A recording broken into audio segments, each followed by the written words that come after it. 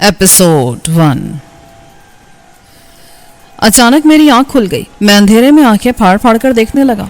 कोई खटका, कोई आहट जरूर हुई थी। मेरी आंख बिला सबब नहीं खुली थी। दरवाजे के पास खफीफ सा खटका हुआ तो मैं यूं उछला जैसे मेरा पैर जलते हुए अंगारे पर पड़ गया हो। दिसंबर की शदीद सर्दी के बावजूद मेरा चेहरा पसीने से तर हो गया। दिल गोया हलक में धड़कने लगा। मैं इस्तराबी कैफियत में खड़ा हो गया। मेरे उठने से प्याल में सरसराहट सी हुई तो मैं अपनी जगह पर साकित हो गया। मैं बुज़दिल हरगिज नहीं हूँ। मुतादिद मौक़ों पर मैंने मौत की आंखों में आंखें डाली हैं। मैं मौत से खौफजदा भी नहीं हूँ, मगर ऐसी मौत का क्या फायदा जिसमें इंसान कुत्तों की तरह मारा जाए। मैं इस वक्त कुत्तों में ही तो घिरा हुआ था, और कुत्ते भी निहायत घटिया नस्ल के। अब मेरी आंखें अंधेरे में भी देखने के काबिल हो गई थीं। दरवाजे में फिर बहुत खफीफ सा खटका हुआ और दरवाजा बहुत आहिस्तगी से बेआवाज खुलने लगा। मैं पंजों के बल दौड़ के खुलने वाले पट की ओट में हो गया और अपनी सांस तक रोक ली। फिर कोई निहायत आहिस्तगी से अंदर आ गया। मुझे आने वाले का हिवरा दिखाई दे रहा था। वो लंबा तड़ंगा शख्स था।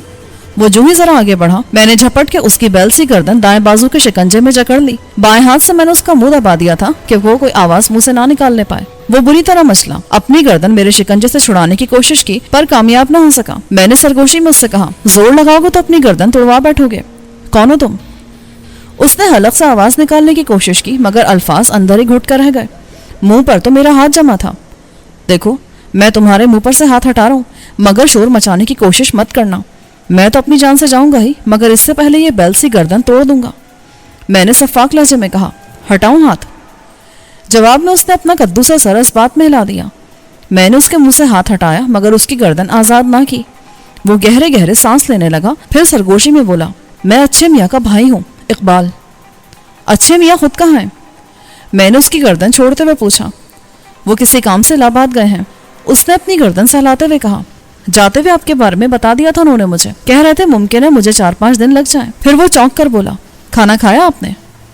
खाना कैसे खाता? अच्छे मियाँ का इंतजार करते करते अभी तो आंख लगी थी मेरी। अच्छे भाई बहुत जल्दी में थे, वरना आपको जरूर बता कर जाते।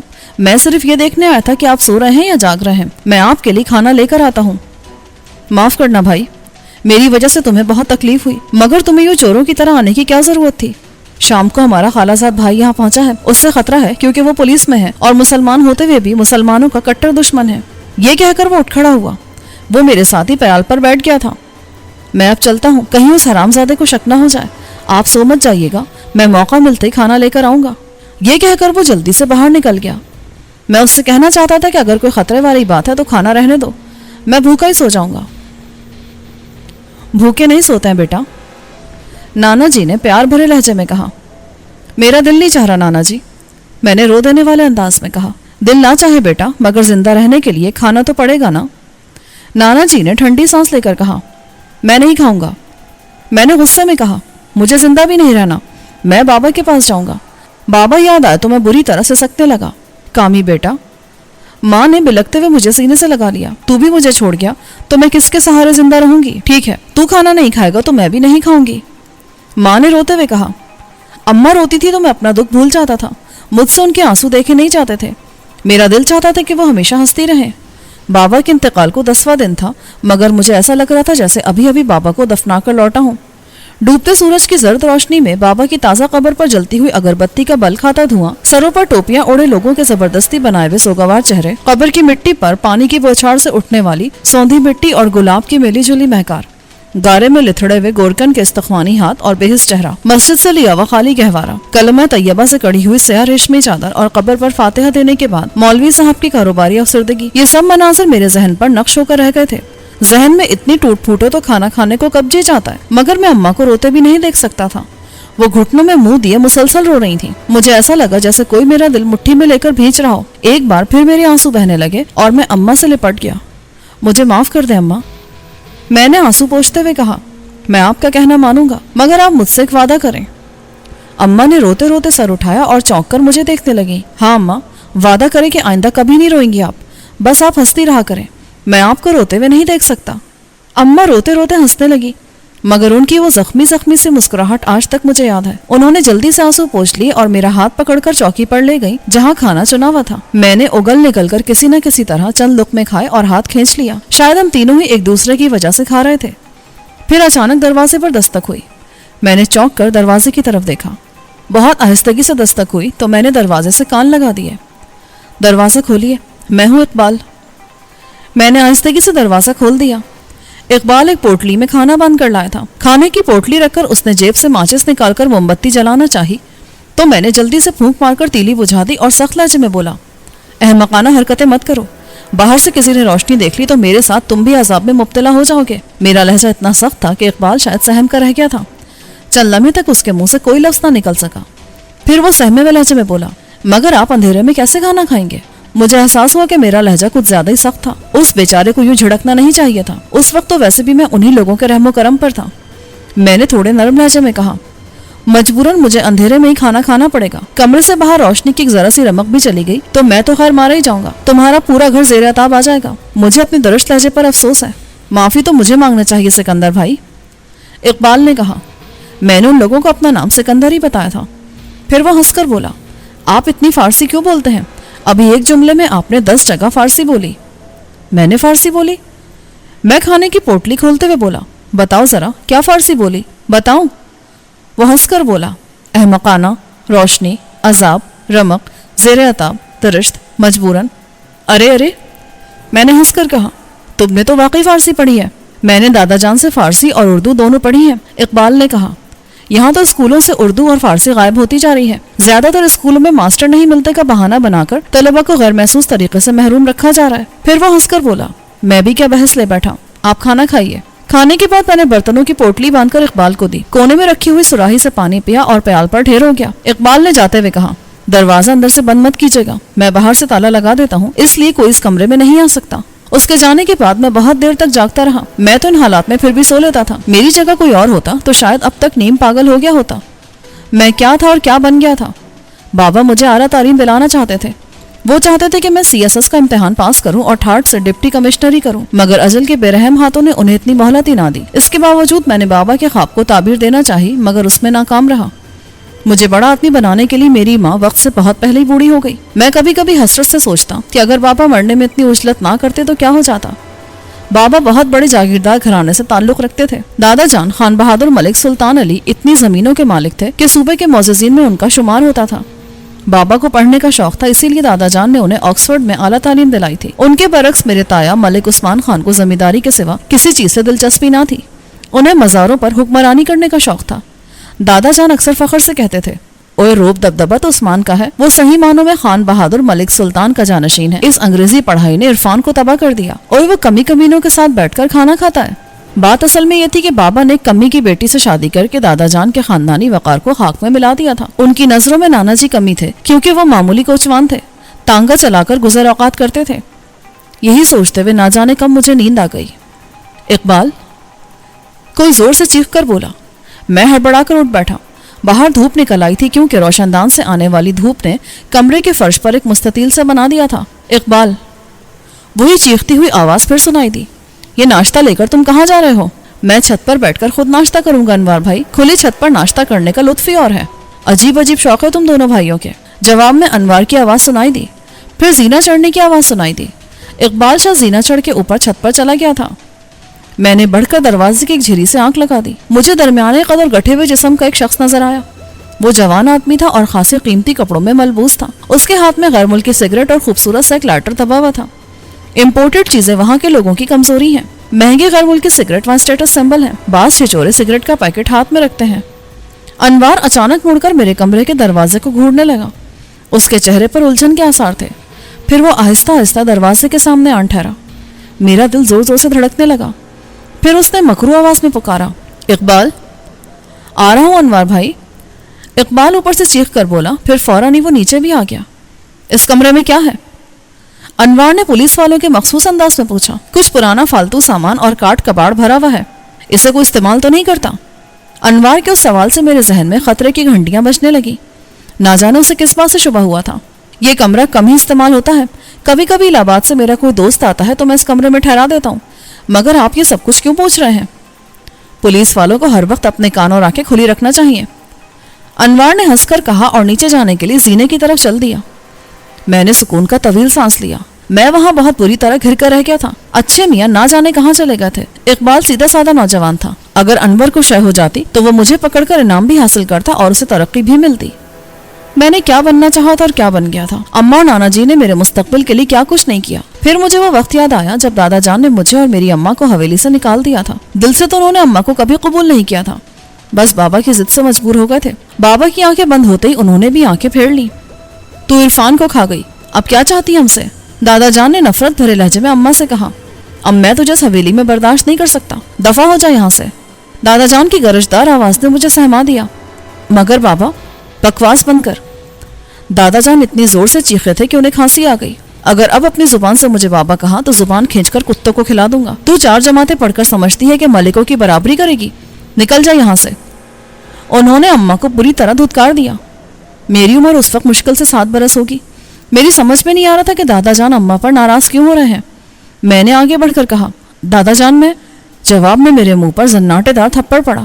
چٹاخ کی آواز سے کمرہ گونج کر رہ گیا. اس تھپڑ کی گونج نے پھر زندگی بھر میرا پیچھا نہ چھوڑا. دادا جان نے میرا ہاتھ پکڑ کر اتنی زور سے دھکا دیا کہ میں کمرے کے دروازے سے ہوتا ہوا برآمدے کی دیوار سے ٹکرا گیا.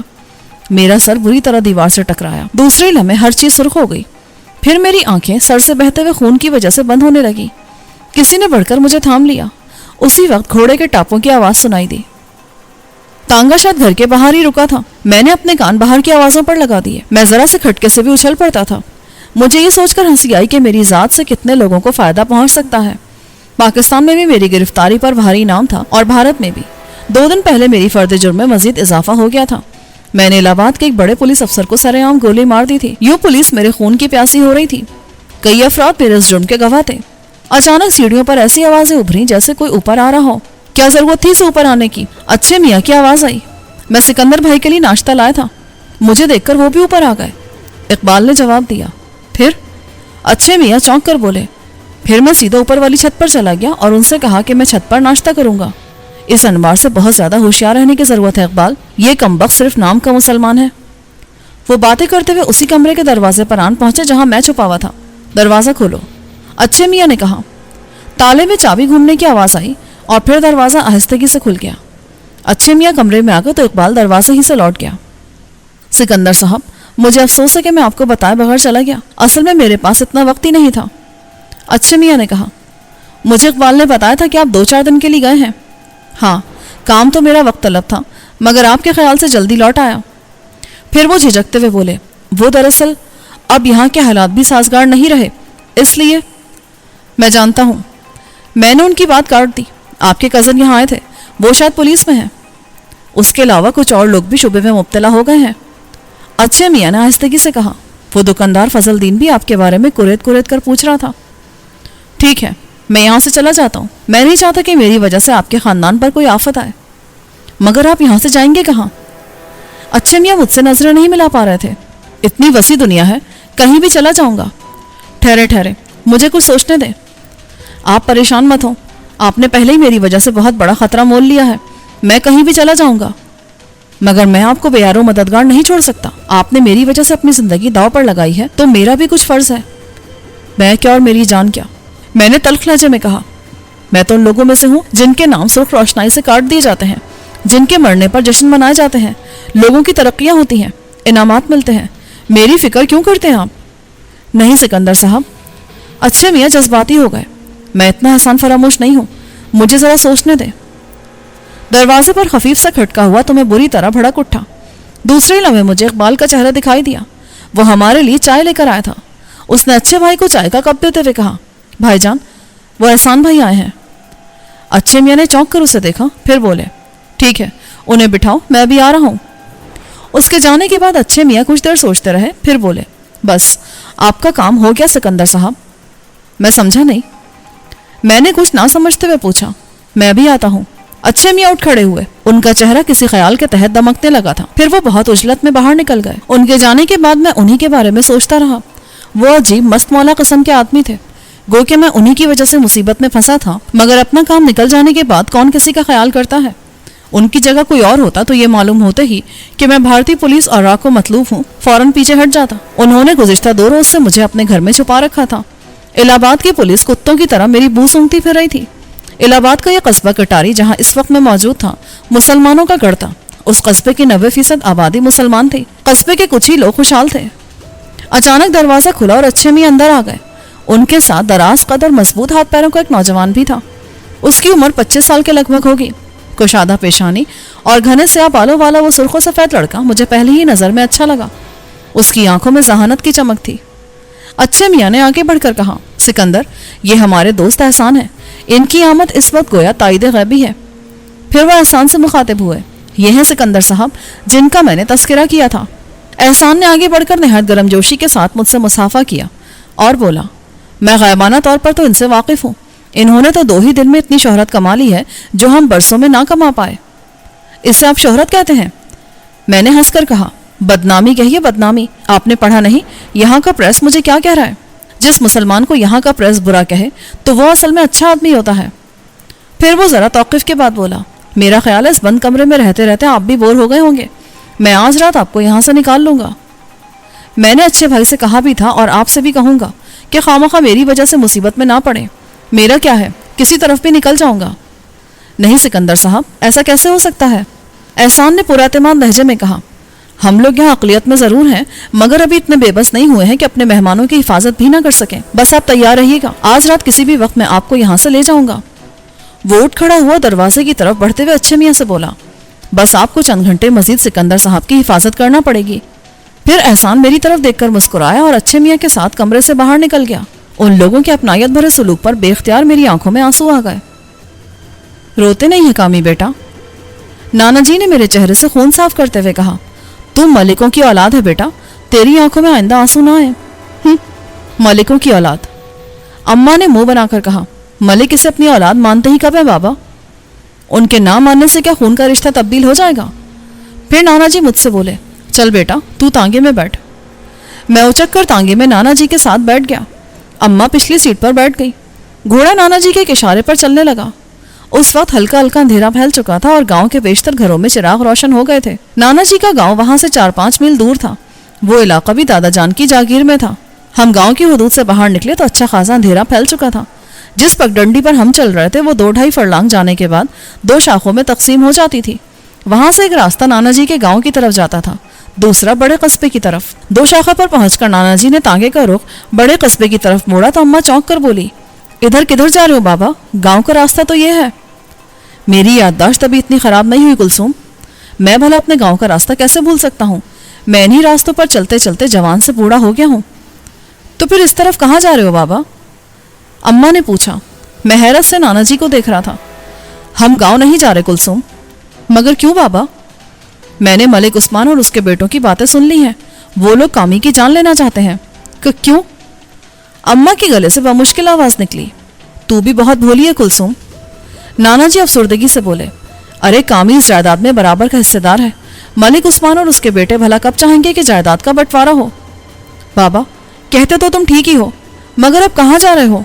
اماں نے سہمے ہوئے لہجے میں کہا. میں یہ علاقہ ہی چھوڑ کر جا رہا ہوں. نہ ہم یہاں رہیں گے نہ کامی کی زندگی خطرے میں پڑے گی. یہ بات بہت دن بعد میری سمجھ میں آئی تھی کہ نانا جی اور اماں اتنے خوفزدہ کیوں تھے. مجھے حیرت ہوتی تھی کہ وہ دادا جان سے خوفزدہ ہیں. وہ بھلا انہیں کیوں نقصان پہنچائیں گے؟ نانا جی ساری رات چلتے رہے تھے. میں تو تھک کر کچھ ہی دیر بعد سو گیا تھا. پھر جس وقت بھی میری آنکھ کھلی مجھے نیلے آسمان پر چمکتے ہوئے ستارے ہی دکھائی دیے. اگلی صبح ہم ایک چھوٹے سے گاؤں میں پہنچے تھے. تانگے کے ہچکولوں سے میں بری طرح تھک گیا تھا. میرا خیال تھا اسی گاؤں میں رہیں گے. نانا جی ہمیں تانگے میں ہی کہیں چھوڑ کر چلے گئے تھے. پھر تانگے سے اتار کر انہوں نے ہمیں گھر میں بھیج دیا تھا. وہ گھر مجھے ذرا بھی پسند نہ آیا. وہاں 2 بچے تھے, ایک لڑکا اور ایک لڑکی. لڑکا تقریباً میرے ہی برابر تھا. لڑکی اس سے کچھ چھوٹی تھی. ان دونوں نے نہایت گندے کپڑے پہن رکھے تھے اور مجھے دیکھ کر مسلسل کھیکی کر کے ہنس رہے تھے. وہاں ایک عورت بھی تھی. پھر نانا جی بوڑھے سے ایک آدمی کے ساتھ اندر داخل ہوئے. ان کی باتوں سے مجھے کچھ اندازہ نہ ہو سکا کہ وہ کیا باتیں کر رہے ہیں. اتنا ضرور معلوم ہو گیا کہ وہ بوڑھا آدمی نانا جی کا کوئی پرانا دوست ہے. وہ نانا جی کا نام لے رہا تھا اور گاؤں میں نانا جی کے دوست ہی ان کا نام لیا کرتے تھے. میں یہ کہہ رہا ہوں خیر محمد کہ تو یہاں بھی محفوظ نہیں ہے. نانا جی کے دوست نے کہا, ملک صاحب کے آدمی یہاں بھی آ سکتے ہیں. میں یہاں ہمیشہ کے لیے تو رہنے نہیں آیا ہوں. تو بس میرا گھوڑا تانگا بکوا دے. کچھ پیسے ہاتھ میں آ جائیں تو میں لاہور یا گجرات کی طرف نکل جاؤں گا. نہیں نانا جی, یہ گھوڑا مت بیچیں. میں نے جلدی سے کہا, بیٹا ہم بڑے شہر کی طرف جا رہے ہیں, وہاں تانگے نہیں چلتے. نانا جی نے جلدی سے کہا. یہ تو مجھے بعد میں معلوم ہوا تھا کہ نانا جی نے مجھے بہلانے کو جھوٹ بولا تھا. اتنے میں ایک آدمی بھاگتا اندر آیا اور وحشت زدہ لہجے میں بولا, چاچا جی जीप में कुछ बंदे आए हैं, वो चाचा खैर मोहम्मद को पूछ रहे हैं। नाना जी घबरा कर खड़े हो गए। फिर क्या कहा तूने बेटा? मैंने उनसे कह दिया कि मैंने किसी खैर मोहम्मद को नहीं देखा, वो अब दूसरे लोगों से मालूम कर रहे हैं। बाबा, आपका घोड़ा और तांगा कहाँ है? अम्मा ने घबरा कर पूछा। घोड़ा तो मैंने फजल दाद के बाड़े में बांधा था। फिर वो कुछ सोचकर बोले, कुलसूम बेटा, तू कामी को लेकर यहाँ से चली जा। बेवकूफ़ी की बातें मत करो खैर मोहम्मद। नाना जी के दोस्त झंझला कर बोले, कुलसूम इसे लेकर कहाँ जाएगी? तुम घबराओ मत, अल्लाह खैर करेगा। फिर वो ज़रा तौक़ुफ़ के बाद बोले, तुम लोग पिछले दरवाजे से नूर मोहम्मद के घर चले जाओ। मलिक सुल्तान के आदमियों ने अगर किसी से पूछा भी तो वो यही बताएगा कि तांगे वाला करामत के घर आया है। मैं उनसे कह दूंगा कि वो लोग 2 घंटे पहले आए ज़रूर थे, मगर फ़ौरन ही यहाँ से निकल गए थे। जाओ, तुम चले जाओ। सकीना तुम्हें नूर मोहम्मद के घर ले जाएगी। सकीना उस औरत का नाम था जो कुछ देर पहले अम्मा से हंस हंस कर बातें कर रही थी। अचानक अजान की आवाज़ गूंजने लगी। अल्लाह अकबर, अल्लाह अकबर।